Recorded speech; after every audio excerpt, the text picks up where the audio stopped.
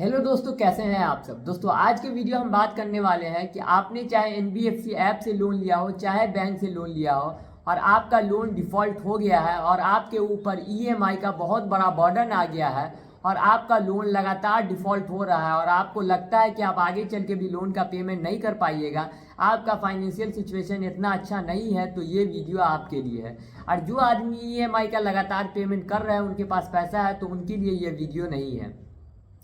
तो दोस्तों आपको पूरा वीडियो एंड तक देखना है, थोड़ा सा भी स्किप नहीं करना है और मेरा चैनल सब्सक्राइब कर लीजिएगा और नोटिफिकेशन ऑन कर लीजिए। तो चलिए शुरू करते हैं। तो दोस्तों आपने चाहे किसी एनबीएफसी ऐप से लोन लिया हो, चाहे बैंक से लोन लिया हो, चाहे पर्सनल लोन का लोन ले रखा है या क्रेडिट कार्ड का लोन ले रखा है और आपका फाइनेंशियल सिचुएशन बिल्कुल ख़राब हो गया है और आपका जॉब भी छूट गया है या जॉब है भी लेकिन इतना पैसा नहीं आता है कि आप ईएमआई का भी पेमेंट कर सके और घर को भी सही से चला सके, तो ये वीडियो पूरा आपके लिए है। और आप लोन सेटलमेंट की तरफ जाना चाहते हैं और आपका लोन डिफ़ॉल्ट हो गया है, तो आप पूरा वीडियो एंड तक देखिए। तो दोस्तों कोई भी आदमी जो लोन लेता है तो वो सबसे पहले उसको बार बार कॉल आता है और उनको बार बार परेशान किया जाता है,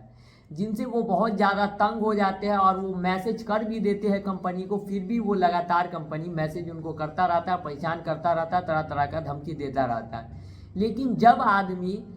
6 से 7 महीने तक लगातार पेमेंट नहीं करता है, अकाउंट एनपीए में चला जाता है, उसके बाद भी पेमेंट नहीं करता है, तब जाके कंपनी थोड़ा परेशान हो जाता है, तब जाके लोन सेटलमेंट की तरफ जाता है। इतना जल्दी कोई कंपनी सेटलमेंट नहीं करता है। अब ये सब बात मैं क्यों बता रहा हूँ, इसके बारे में आपको आगे पता चलेगा। और मैंने जो थंबनेल लगा रखा है जिसमें मैंने आपको बताया है कि दिसंबर से ईएमआई पेमेंट करने का ज़रूरत नहीं, तो इसके पीछे क्या राज है, मैं ये क्यों बोल रहा हूँ। तो दोस्तों कोई भी आदमी, जो आम आदमी होता है, वो क्या फॉलो करता है, कैलेंडर ईयर फॉलो करता है, जो स्टार्ट होता है 1 जनवरी से लेके 31 दिसंबर तक रहता है कैलेंडर ईयर। लेकिन बैंक वाला जो है वो कैलेंडर ईयर नहीं फॉलो करता है, वो फाइनेंशियल ईयर के हिसाब से चलता है, जो 1 अप्रैल से लेके 31 मार्च तक रहता है। कहाँ तक रहता है? 1 अप्रैल से लेके 31 मार्च तक रहता है। तो वो जो है 31 मार्च तक क्या करता है, जो फाइनेंशियल ईयर ख़त्म होता है तो वो पूरा लोन का अपना क्लोज करता रहता है कि जो भी आदमी का लोन बाकी है, जो कितना दिन से डिफ़ॉल्ट हो गया, 5-6 महीना से या 2-3 महीना से डिफ़ॉल्ट है, तो उसका लोन का वही सेटलमेंट करा के वो लोन ख़त्म करने के चक्कर में रहता है। तो जहाँ 31 मार्च आता है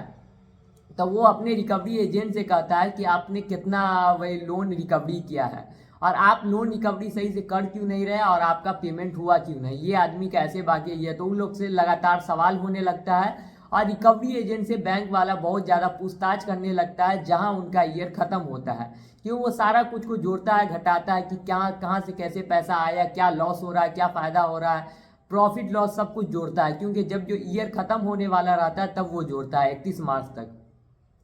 तो जो भी आदमी अगर लगातार पेमेंट करता रहेगा उसका तो कोई दिक्कत नहीं है। लेकिन अगर कोई भी आदमी अगर 500 या 1000 दे देता है और फिर जाके बीच में छोड़ देता है, पेमेंट नहीं करता है, फिर पैसा दे रहा है 1-2 महीना, फिर से पेमेंट नहीं कर रहा है, तो उसका पैसा ऐसे ही बर्बाद होता है, क्योंकि वो पैसा चला जाता है इंटरेस्ट या पेनाल्टी में और कंपनी उसका जल्दी सेटलमेंट भी नहीं करता है। तो अगर आपको सेटलमेंट करना है तो आपको क्या करना है, दिसंबर से लेके मार्च तक आपको पेमेंट नहीं करना है और आपको इंतज़ार करना है सेटलमेंट का, क्योंकि जब जो मार्च का महीना आता है तो कंपनी बहुत ज़्यादा अच्छा ऑफर देता है सेटलमेंट करने के लिए। पहले 50% आपको दिसंबर या जनवरी में 50 या 40 पे आप पे ऑर्डर आएगा कि सेटलमेंट करिए, लेकिन जहां मार्च आएगा तो वो 25 से 30% या 20 से 30% के अंदर वो सेटलमेंट करने को तैयार हो जाता है, क्योंकि कंपनी जानता है कि आप ये ईयर ख़त्म होने वाला है तो नया साल से नया अकाउंट खुलेगा और नया आदमी लोन लेगा, तो उसका फिर से बुक में अकाउंट्स के बुक में वो नया खाता स्टार्ट करेगा और सब कुछ लिखेगा कि ये आदमी का नया लोन स्टार्ट हुआ है। तो वो जो पुराना लोन होता है उसको ख़त्म करना चाहता है, तो उसको एकदम कम से कम में लोन को ख़त्म करना चाहता है, सेटलमेंट करना चाहता है। तो कोई आदमी अगर पेमेंट करता रहता, फिर छोड़ देता, फिर पेमेंट करता रहता, तो उसका वो लोन वैसे ही चलने देता है,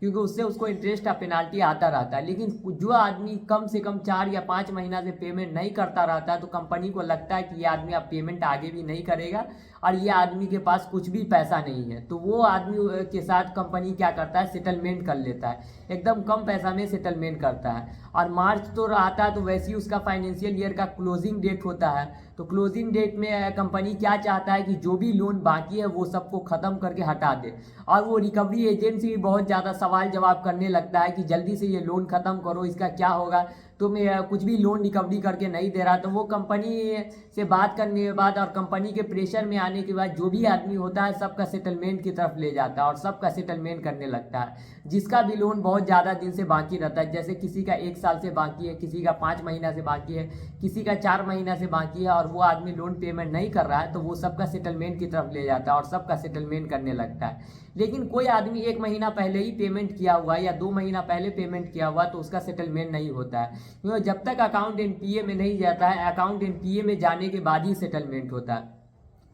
तो अगर कोई आदमी दिसंबर में ही पेमेंट किए हुआ है या नहीं तो फिर जनवरी में पेमेंट नहीं किया, फरवरी में पेमेंट किए हुआ है, तो उसका अकाउंट तो वैसे भी एनपीए में नहीं गया होगा और उसका सेटलमेंट नहीं होता है। तो इसी वजह से मैं आपको बोल रहा था कि जो भी आदमी दिसंबर से पेमेंट नहीं करेंगे और मार्च तक अगर वो पेमेंट नहीं करते हैं और उनके पास पैसा भी नहीं है, तो वो आदमी का सेटलमेंट आराम से हो जाएगा। तो इसी वजह से मैं ये थंबनेल लगाया हूँ और आपको ये बात बता रहा हूँ कि अगर आपको लोन सेटलमेंट करना है और लोन आसानी से ख़त्म करना है, तो आपको बस मार्च तक का इंतज़ार करना है और मार्च तक कुछ पैसा जोड़ लीजिएगा। जैसे आपका 1 लाख का लोन है तो वो 15 से 20 हज़ार में सेटलमेंट हो जाएगा। तो बस आपको पैसा जमा करना है और जो भी लोन है उसको सेटलमेंट करके ख़त्म कर लेना है,